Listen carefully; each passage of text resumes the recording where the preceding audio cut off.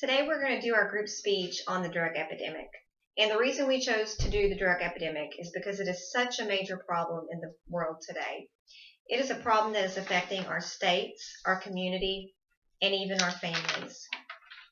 Some statistics that I want to go over today from the CDC, the Centers of Disease Control, is that every single day in America, 78 people die from a drug overdose. And that number is more than car accidents, gun accidents, and falling accidents. That is a very disturbing number. This is not just numbers that we're talking about. These are someone's family members, coworkers, friends, loved ones. And the sad part is that these numbers continue to grow.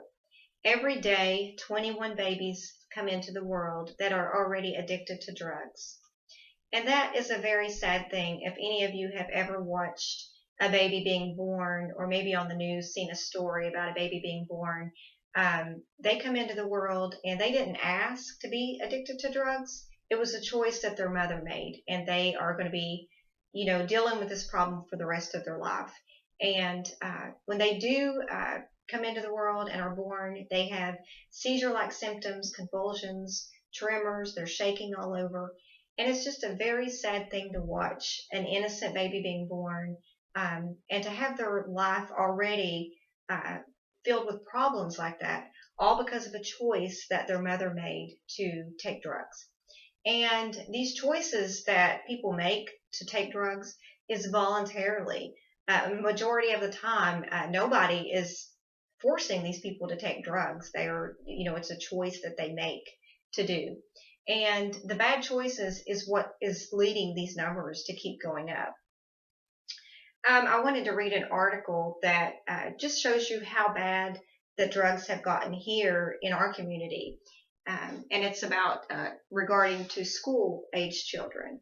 And this is from WCHS. It's a local news station in Huntington.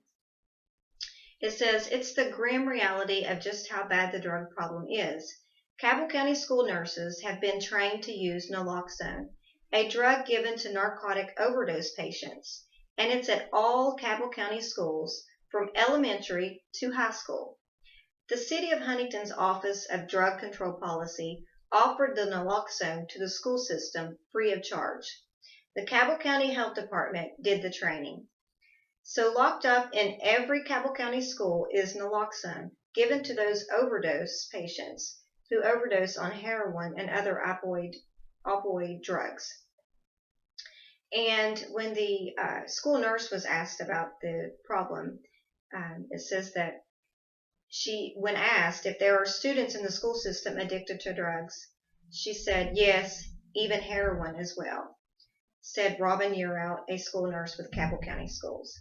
So this was just to give you an idea of how much of a problem drugs have became even in our area, but not just people kind of have their own statistics when they think about drug users. But these are children, elementary age children ranging from maybe 5 to 12 years old in that area.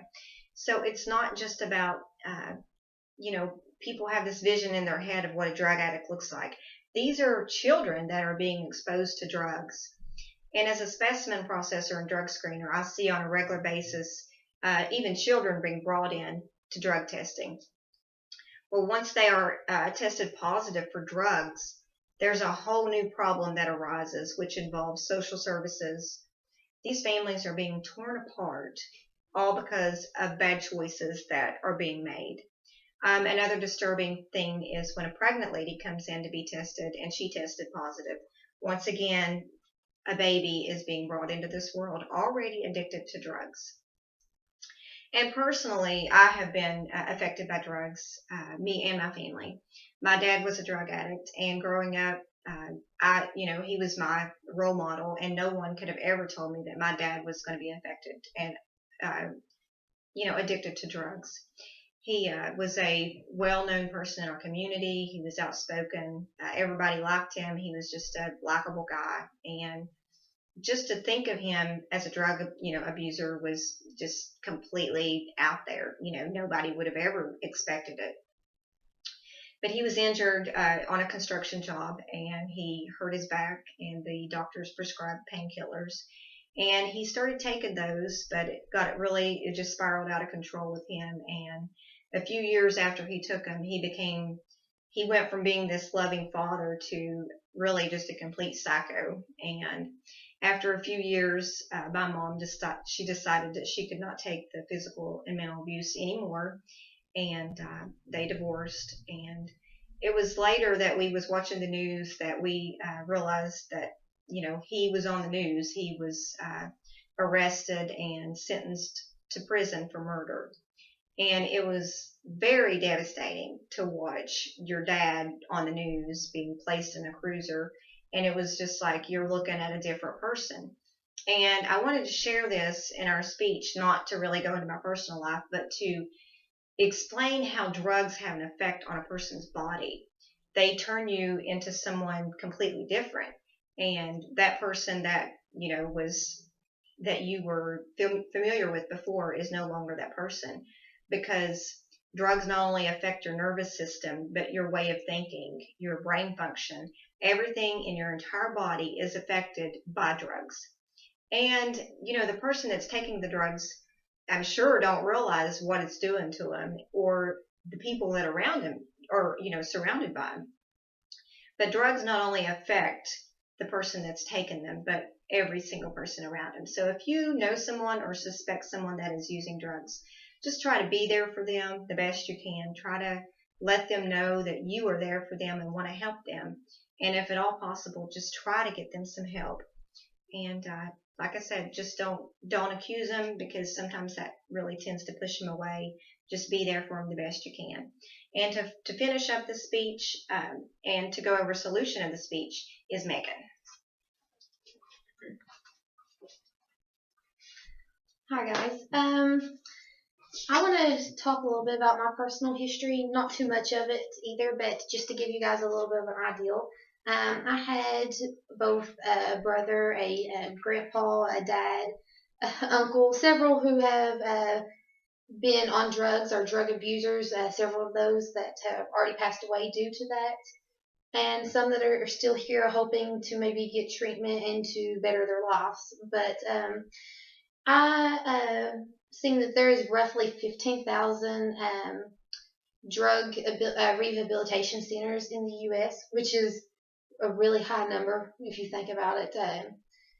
But here in Louisa, right here where we're at, it's a small area, but we have a place called Odyssey, and they're a rehabilitation center. They put you in rehabs and help you get treatment. And they have 3 different phases that they go by. There is the phase 1, which is being hospitalized. It's for the extremely addicted.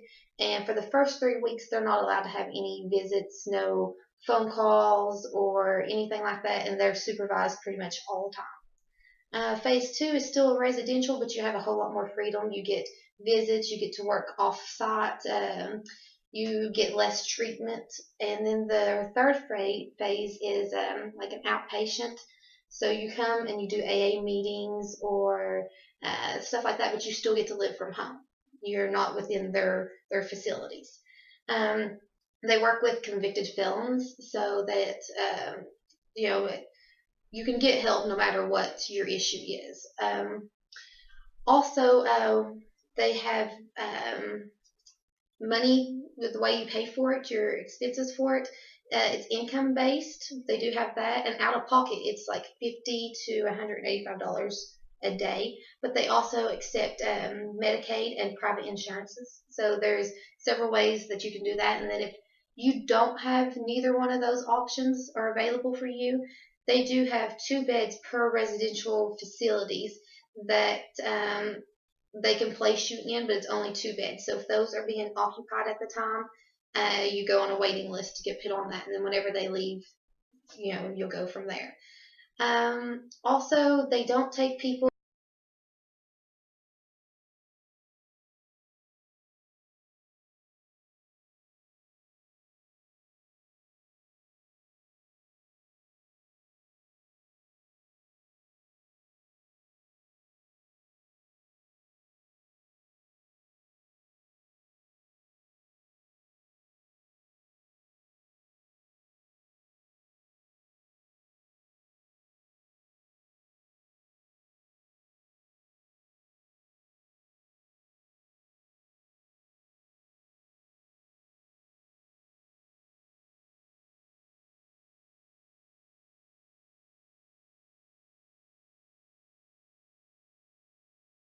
It is based on your progress, but normally in phase 1 it's anywhere from 20 to 28 days. Phase 2 is anywhere from 30 to 50 days, and phase 3 can be permanent because you're not in their facility, so that can be as long as you want to keep treatment. Now, also another thing that I'd like to talk about is mandatory drug testing.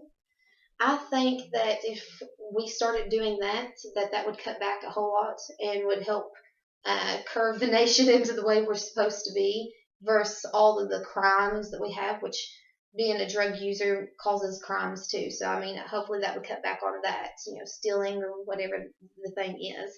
But I think the drug testing should be in the school systems. If you play sports, anything like that.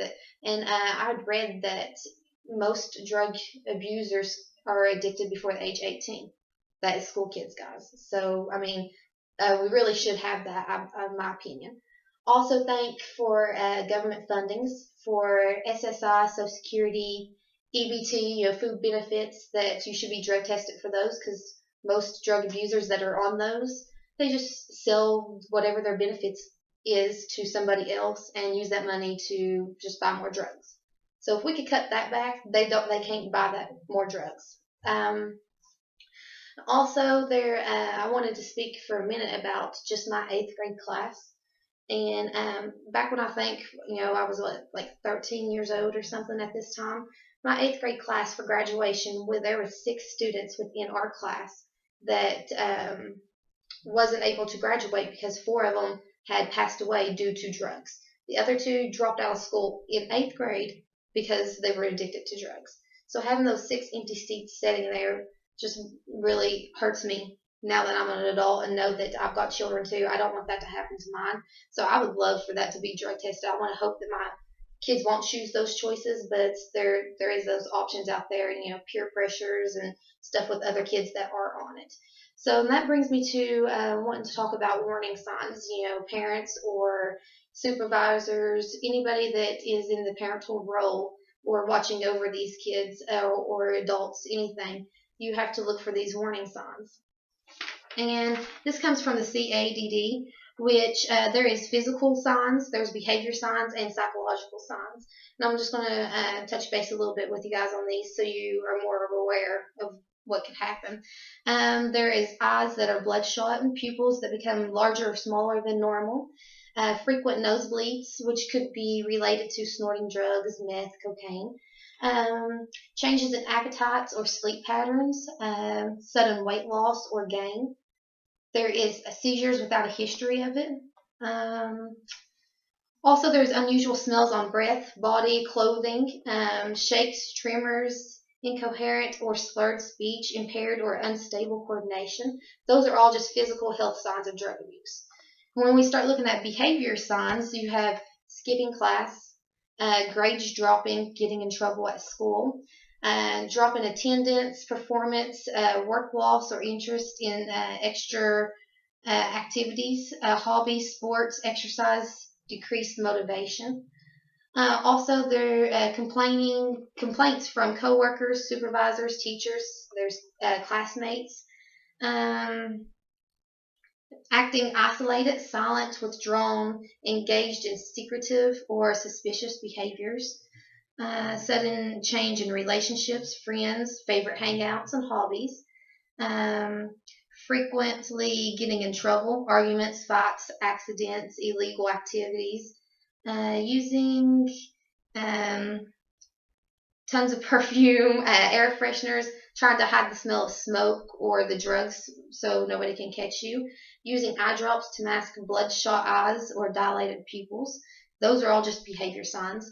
And then there's psychological warning signs that we can look for.